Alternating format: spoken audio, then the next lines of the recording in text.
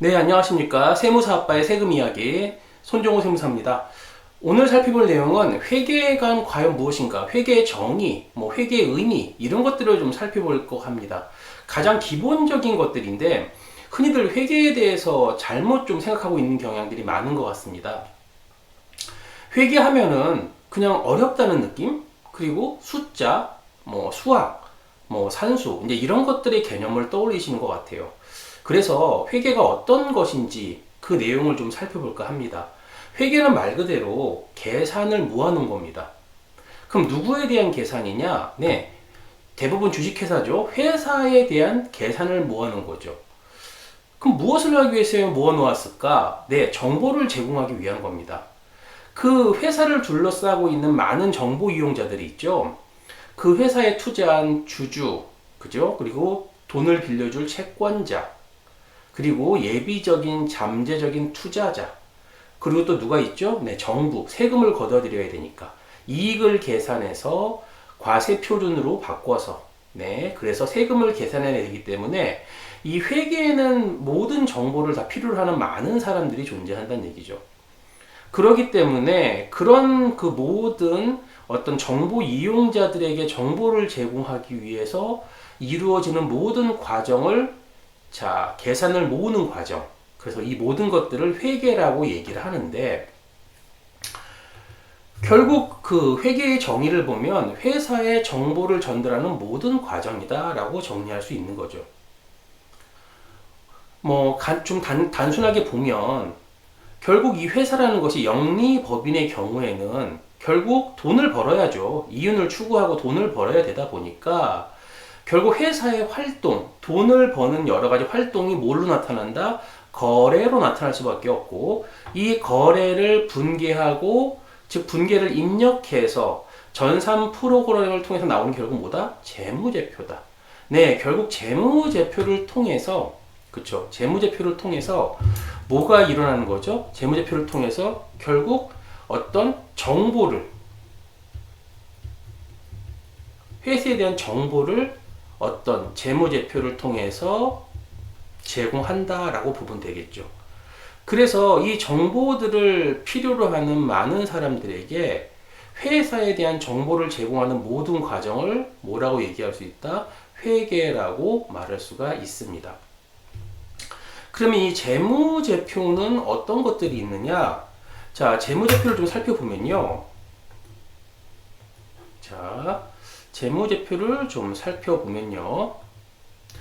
자, 재무제표는 재무상태표, 손익계산서, 현금흐름표, 자본변동표, 주석 이렇게 되어 있는데 이런 하나하나의 의미는 저희가 따로 영상을 한번 준비하도록 할게요. 이해할 수 있도록. 그래서 일단 지금은 이런 재무제표가 요런 게 있다 정도 보시면 되고요.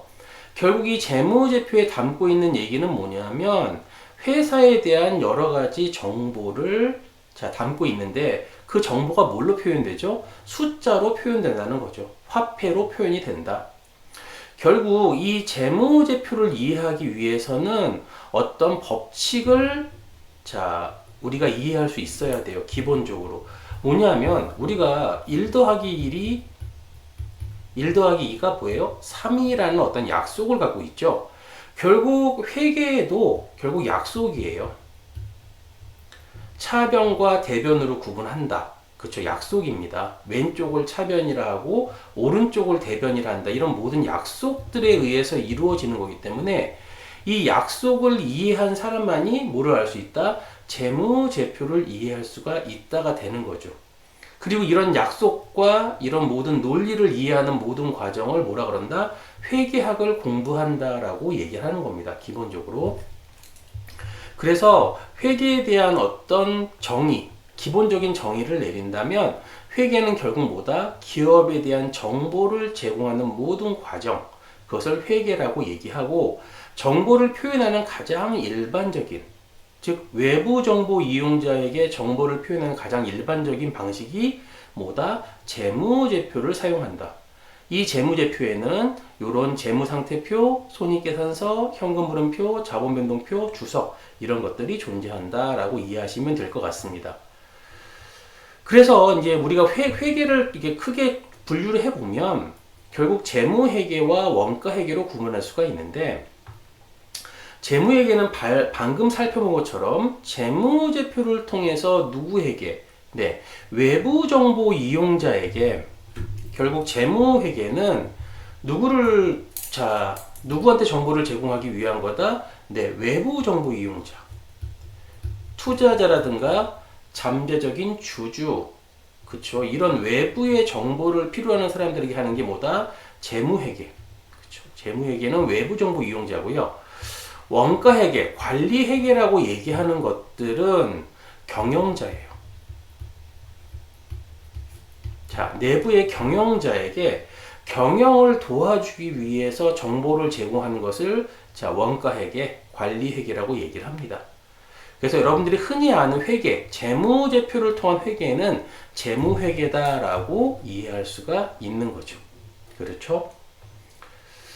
자, 근데 이제 문제가 회계 정보에 대한 어떤 신뢰성의 문제가 있을 수가 있어요. 왜냐하면 이 재무제표를 누가 만들죠? 경영자가 만드는데, 경영자는 자신에게 유리한 자신의 이익을 극대화하려고 할 그 유인이 충분히 존재한다는 거죠. 그러면 회사의 주인은 누구죠? 주주인데, 주주는 이 경영자가 만든 재무제표를 솔직히 신뢰할 수가 없다, 믿을 수가 없다, 이런 문제가 발생할 수 있다는 거죠. 그래서 그 주주는 확인을 필요로 해요. 신뢰성을 부여할 필요가 있다. 그래서 뭐가 필요하죠? 회계감사가 필요합니다. 회계감사는 회계사들로 구성된 회계법인이죠. 회계법인에게 의뢰함으로써 자, 이 경영자가 만든 재무제표가 자, 기업회계 기준에 의해서 합당하게 모든 것들이 처리됐는지 자, 이것들을 확인해 달라. 즉, 이 경영자가 만든 재무제표를 믿을 수가 있느냐, 기준에 합당하게 만들어졌느냐, 이것을 요청하는 게 뭐다? 회계감사고요. 이런 회계감사가 필요할 수밖에 없는 거죠. 결국 회계감사를 받음으로써 경영자가 만든 재무제표가 자, 기업회계 기준에 부합되게 만들었다는 게 확인이 되는 거고, 그러므로 그 재무제표를 가지고 주주는 신뢰할 수가 있고, 그 재무제표에 근거한 모든 의사결정 등을 할 수가 있게 되는 것이죠. 그래서 결국 자, 정리해 보면 회계라는 것은 뭐다? 네, 회사에 어떤 정보를 제공하는 모든 과정인데, 그 정보가 뭘로 표현되어 있어요? 화폐 가치로 표현되어 있다. 그리고 이 화폐 가치로 표현된 모든 정보의 모임이 회계인데, 결국 회계를 이해하기 위해서는 법칙과 규칙과 논리, 즉 회계상의 약속들을 이해할 필요가 있다라고 이해하면 될 것 같습니다. 네, 오늘은 여기까지 진행하도록 하겠습니다.